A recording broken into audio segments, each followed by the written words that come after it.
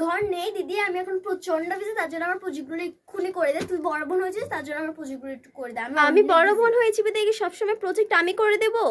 কেন তুই করবি না? তাহলে বড় বোন হয়েছিস ভাই কেন? হ্যাঁ, তাহলে তুই ছোট বোন হয়ে কি তুই আমার প্রজেক্টগুলো করে দিস যে আমি তোর প্রজেক্টগুলো করে দেব? আমি ছোট, তার জন্য আমি আদর কদরে থাকবো, তোর মতো নাকি আমি? তুই এক্ষুনি আমার প্রজেক্টগুলো করে দে। আমি একটু মা দেখো, বোন আমাকে প্রজেক্ট করতে বলছে। তাহলে বড় বোন হয়েছিস ভাই কেন? আমি নিজের হাতে আমার 6 ভাই বোনকে সামনে যে পড়ালেখার দায়িত্ব, বাসন মাজা সবকিছু আমি নিজের হাতে করেছি, বুঝেছিস? আর তুই একটা ছোট বোনকেও সামলাতে পারছিস না, এটা প্রজেক্ট গুলোও করে দিচ্ছিস না।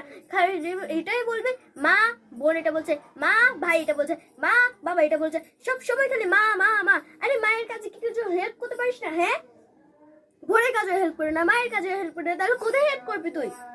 এবার তো আমার নিজের মুখে বলে দিয়েছি, এবার হলে আমার প্রজেক্টগুলো একটু করে দে। আমি ঠিক আছে বাবা, করে দিচ্ছি।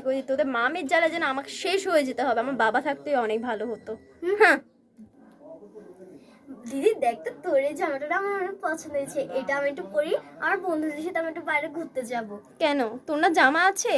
সব সময় আমার জিনিসের দিকে চোখ না। আমার একটু পছন্দ হয়েছে, তার জন্যই তো পড়ছি। এরকম করে কেন বলছিস আমায়? আমি যখন তোর আইলাইনারটা পরতে চেয়েছি, তুই তখন তোর আইলাইনারটা আমাকে দিয়েছিলি? দেখ তো নি। কটা জামা রয়েছে আমার? তো তো অনেকগুলো জামা রয়েছে, আমার তো একটা জামা পর্যন্ত নেই। তাহলে পুরো আলমারি ভর্তি তোর জামা রয়েছে শুধু। কোথায় আমাকে দেখা?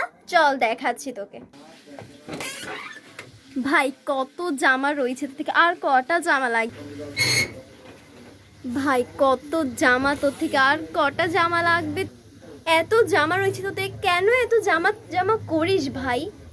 দেখ, এটা না আমার থেকে অনেক চয়েস হয়েছে, তার জন্য এটা পরে আমি আমার ফ্রেন্ডদের সাথে ঘুরতে যাবো। ওকে টাটা।